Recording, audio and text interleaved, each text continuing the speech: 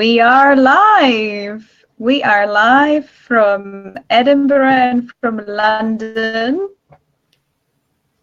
And hopefully this will work. So, welcome, Juliette. Juliette Scarfe. You are my big inspiration. You are a great health practitioner, a skin expert. You are a writer, enthusiast about holistic medicine and holistic approach to health. Am I right? Yes, and absolutely. Okay, and we have known each other for a while now, and I really wanted you to have an opportunity to speak to people and share your extensive knowledge that you have on the topic of skin and on the topic of gut health, because these are two important things that are linked together. And we're also going to be running the second event together in London in November. So this is just a little preview for people who are over there to be able to get to know you a little bit more and to be able to find out more about what it's going to be about. Mm-hmm. So we have decided to do a little series together, a little mini series where you will be sharing your knowledge and expertise, and you will be able to give those who are watching some tips and some advice on how they can, or I'll help them understand the causes behind the disease or the illness or discomfort that they may be experiencing. Yes, because my particular passion is getting to the underlying cause. Wonderful. So today we're going to briefly talk about eczema. Mm-hmm. And I know eczema as a skin condition is one of the most common, really, skin conditions. And I believe it's on the rise now, both in adults and in children. Could you give a little bit of background on what it is and what it's caused by? Sure. Well, it's the most diagnosed skin condition in the United Kingdom, and there's a lot of misdiagnosis, but eczema can manifest itself in many different ways. So at its most mild, it can represent itself as irritation, inflammation, itching, and at its worst, it can cause cracks so deep in the skin that the skin actually bleeds. Mm-hmm. And then there's serious infection that follows that, and obviously a great deal of discomfort and pain that goes along with it. So that's how it presents itself from a clinical standpoint. And in terms of the causes of eczema, they are not necessarily straightforward because they are extremely numerous and varied, but they all have a causal connection, which is the gut. So mm-hmm. Any issue, I certainly believe any issue with the skin originates in the gut, and it originates in an imbalance within the microbiome and the gut flora that, if addressed and balanced, the skin can be beautifully healed. Mm-hmm. And so what do you say, how is it with babies? Obviously, are they taking on the microbiome from their mother when they're born? So would the imbalance be passed on then to them? Yes, absolutely. And also contributed by what was being consumed during that pregnancy, and also environmental factors, because it's not just food that affects a microbiome. It is, of course, stress, which is a blanket term that I'm reluctant to use, but it's terminology that the wider public certainly understands. So mm-hmm. Stress, lack of sleep, light, as in exposure to light. That's a whole topic on its own, but our circadian rhythms are hugely connected to our gut. So that's another huge factor. So pregnant women sitting under fluorescent bulbs is going to hugely affect their own microbiome, as it does the rest of us. So wow. So how's that? That's an interesting example. How does it work? How does it work? As I said, it's a topic all on its own. So trying to give a brief overview is quite difficult. But in essence, our bodies we're not meant to be exposed to blue spectrum light. We mm-hmm. thrive and can be healed by red spectrum light. And that's what we would experience outside under sunlight. But indoors, under artificial light, we are being continually exposed to blue spectrum light, which is the cool white light that the best way of exempling it would be those brand new cars, those headlights that make you, certainly at night, you think, good grief, I'm temporarily blinded. That's the spectrum of light I'm talking about. Okay, so that's we're just exposed to it in offices. Any building that has been done up in the last 10 years will have this lighting because the EU recommends it. Okay, so that's just a very interesting example of one of the possible influences on gut health and skin then. But as you said, there are many. What do you think about, and this is your personal or your what I'm asking for is your personal and your expert view on the fact that what the NHS, for example, recommends is treating eczema topically with steroid creams and looking only at the external, putting a plaster on it, or is this a good solution? Well, it's not a solution at all. It's not even close to a solution. It barely treats the symptoms. I have a very strong opinion on steroids, and children should never be exposed to them. They have an enormous impact upon the endocrine system, upon the brain. Anything that's applied to the skin, obviously, is absorbed directly into the bloodstream, and it's absorbed very, very quickly. There are many arguments as to the percentage of how much actually goes directly into the bloodstream, and I would say it's upwards of 80%. If we eat something, we have our digestive system there as a backup and a filter and a way to protect us. But anything that's applied to the skin, it goes directly into the body and to be utilized by the body to float around the body and to cause an effect. So if we're putting something on the skin that's pure, then obviously that's very beneficial. But if we're putting something on the skin that isn't, then it's not. And what they won't talk to parents about, or indeed adults, is the side effects, is what the long could be term the side effects of using steroids.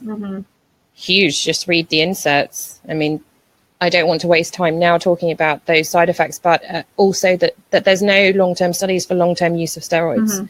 They actually destroy the lining of the gut, as do many other pharmaceuticals. So if these things were explained to parents and they were given a pros and cons, I think many parents would choose not to leave with the prescription and to seek an alternative means to heal their child.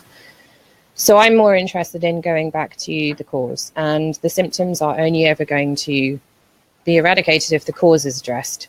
And I'm sure to some, treating the cause seems overwhelming, but that's the whole point of this mini-series, is to talk to people about what the genuine cause of skin conditions are so that they feel that they can tackle them themselves. So if someone comes to you, a client comes to you, because you treat clients, and what you told me as well is usually people who have tried all sorts of things and have tried this and that and the other, and it didn't work, they come to you. So you have a lot of work to do with them when they come at a stage where a lot of things probably aren't working as they should be. Yes, I get the people. Could you describe? Could you describe the process that you may go with them when they come to you with something like eczema? It would obviously vary between children and adults. So if we're talking about adults, then I go into a very detailed background as to everything that they've experienced of any notability throughout the years, in terms of operations, in terms of trauma, in terms of emotional upheavals, in terms of practical upheavals, and obviously doing an intense analysis of what their physical body is presenting. I mean, the skin presents like a mirror to the insides of the body and what's going on. And as I said, with something like eczema, you would have multiple layers of issues going on. So it's about unpacking those and getting to the bottom of them. So, for example, someone who has eczema, I would always see very similar things coming up. So things like an excess of yeast, candida present, often parasites present, leaky gut, dehydration, poor intake of essential fatty acids, poor intake of fat to begin with, high levels of heavy metals, high levels of anti-nutrients being consumed. So as you can see, there's lots of different things that are going to be coming up. So it may not be a quick fix. I mean, it doesn't look like it will be a quick fix, but a lot of people would expect, or just give me this cream and just fix the symptoms. But that's not how I work. So I understand. So if you're working with someone, you really are going deep down, and it's not work that would require a 1 hour consultation, right? That's an ongoing process to really, really get the person back into health and back into balance. Yes, there are all sorts of topical things that can help in the interim, but they're not. As soon as someone experiences an environmental change or a stress level change or a diet change or even going overseas or going into winter. So as the clocks have gone back, we're obviously exposed to less and less light. That takes a big toll on people's health. And that's something that's not widely understood. So all of those factors make a difference. So yes, there are plenty of plants and compounds that will help enormously with eczema applied topically, but that's not going to treat the underlying cause, which I would have thought that most people would want to tackle the underlying cause because the skin is demonstrating that there is something much bigger at play going on. Okay. Well, thank you for that. We will be talking about this stuff more at our event in November in London. But if someone can't make it, and if someone wants to, just a few things to look at, or even one thing to change, for example, or one or two things that you would recommend looking at or eliminating from their diet or changing in their lifestyle, what would those top things be? People absolutely hate it when I make these suggestions because it's the things that they love. The two main things that have got to go are gluten. The clue is in the name. If you actually look at the Latin derivative of gluten, it means glue. It sticks our insides together. It prevents our proper excretion of wastes. It causes cascade of inflammation at a cellular level.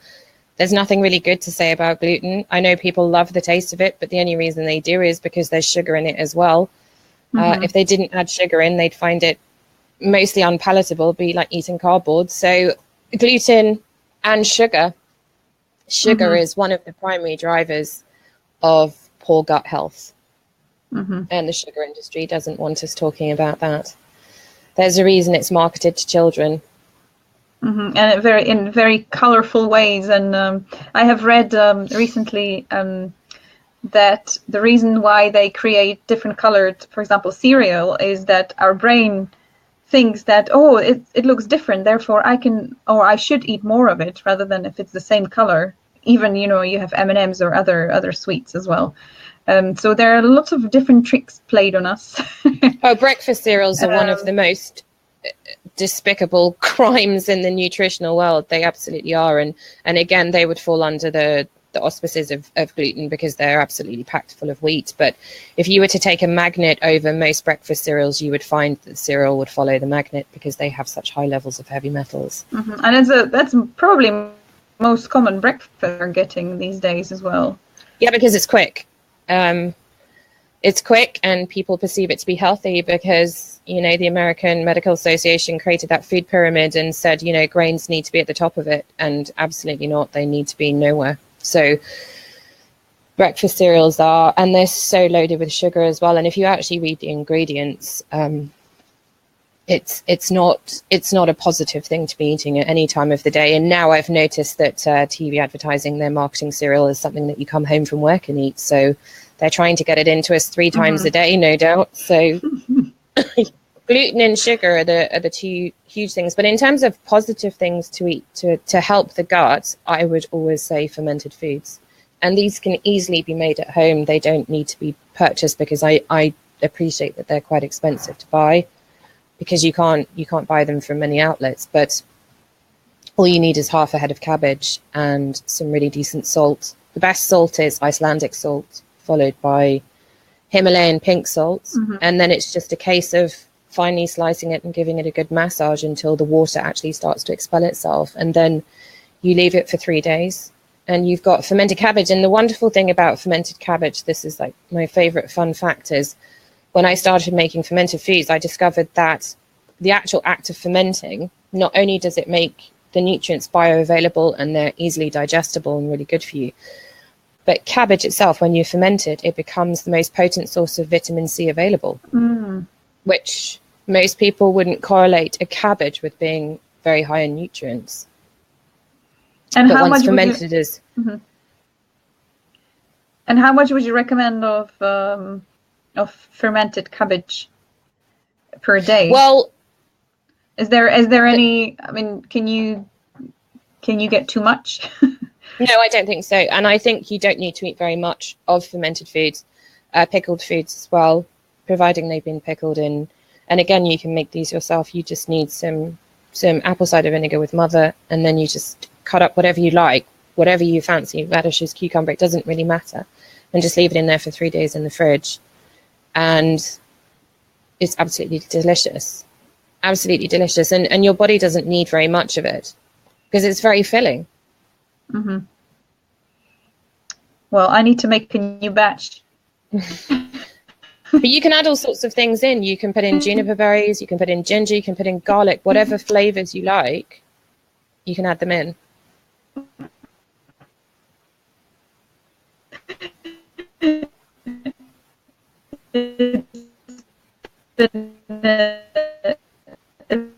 Connection's not very good.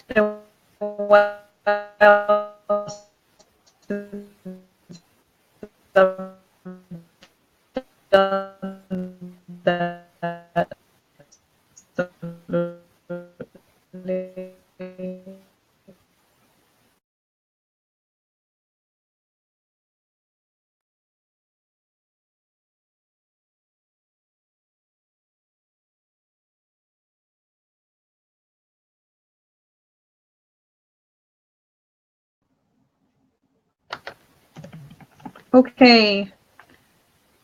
A quick glitch there, but we are back. We are back. I don't know what happened there.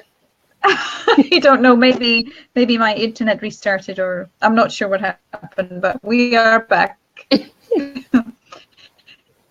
So we were talking about fermented foods, and we were talking about how you can burn.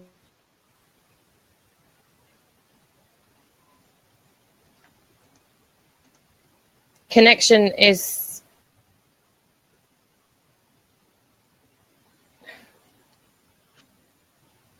I can't hear you.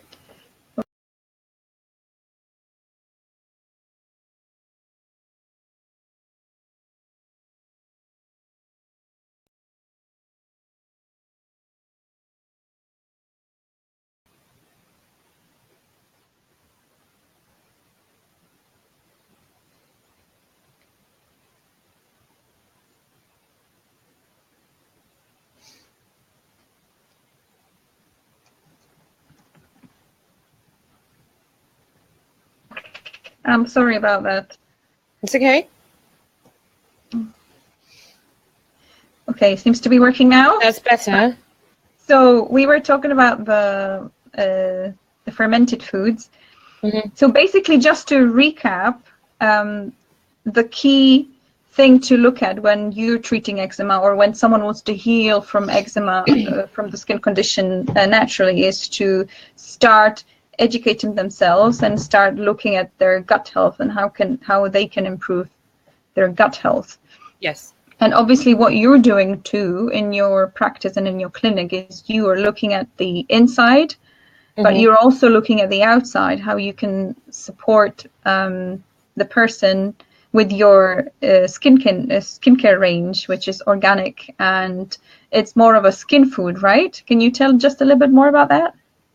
Yeah, the whole principle behind my brand was that I discovered quite some time ago that many of the chemicals used in skincare of even the most expensive brands, I'm not talking about the cheaper end, I'm talking about across the board, was completely toxic and carcinogenic. When I discovered that, I came to the conclusion that what goes on our skin needs to be as pure as what we eat, and if not purer, because of the reasons I mentioned before, that we don't have the digestive system there to protect us.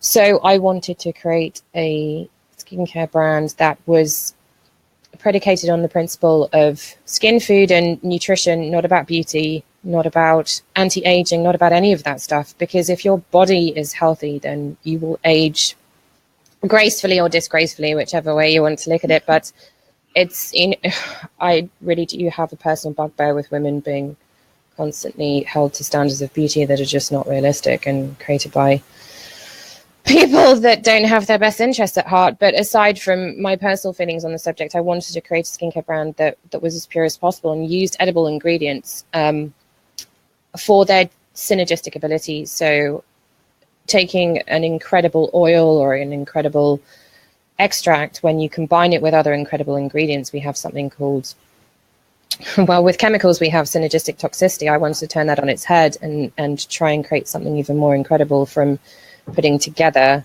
amazing ingredients. And ultimately, our skin wants to be fed with food grade ingredients. It doesn't recognize chemicals. If you put a chemical in the skin doesn't say, oh, I know what this molecule is, I know what to do with it. It doesn't. It does the reverse. It says, what is this? I'm under attack, and has a reaction to that chemical. And not only are these chemicals are barely individually tested, they are definitely not tested for how they interact with other chemicals. The science is literally unknown, and I did not want to be a walking guinea pig for this and wake up one day and say, wow, I've destroyed my skin. I wanted to beat the clock and to create ingredients that work in harmony with the skin's biochemistry. That's the whole point. And I wanted to create skincare that's edible, and we have had incidents of children and animals eating my skincare, and I'm pleased to report that all of them are absolutely fine and didn't need any sort of medical attention. Dogs have a particular penchant for my hand cream for some reason, which I find absolutely hilarious. But yeah, I've had lots of reports of strange things like this going on, and people find it really funny, which is lovely. Thank you for sharing that. And I have to say, I have been in your workshop and I've seen all the ingredients that you have there, and I have tried your beautiful products, and I absolutely love them, and so I would highly recommend you. But we will talk more. I think this will be enough for today, just to give people a little taster. And we will talk more on the subject of skin and gut health in the upcoming videos. We have planned the next one for next Thursday, which I don't know what the date is on Thursday. But so the 9th. The 9th. Yeah. Okay. So is the Thursday the 9th of November? We'll be streaming in the afternoon. We'll confirm the date. But if you no, apologies, it's the 2nd. I'm a week ahead of myself. Okay, so the 2nd of November. But if you watch the recording and have any specific questions that you want to ask that Juliette can perhaps cover as well, please do that. Just post a comment, because I'm sure not everyone will be watching live just now. And you have an incredible opportunity to have an expert. She really is. Julia, you really are an expert in your field, and you are a walking encyclopedia. One of the few people that I know that really I would put my hand in the fire and wouldn't be afraid to recommend people to you, because I know the quality of your work. So yeah, any questions, please post them or message us, one of us later, and we will look forward to streaming again on Thursday. Okay. Thank you. Have a nice evening. Thank you, Juliette, very much for your time. And thanks, Veronika. We'll catch up again. Definitely. Bye. Bye.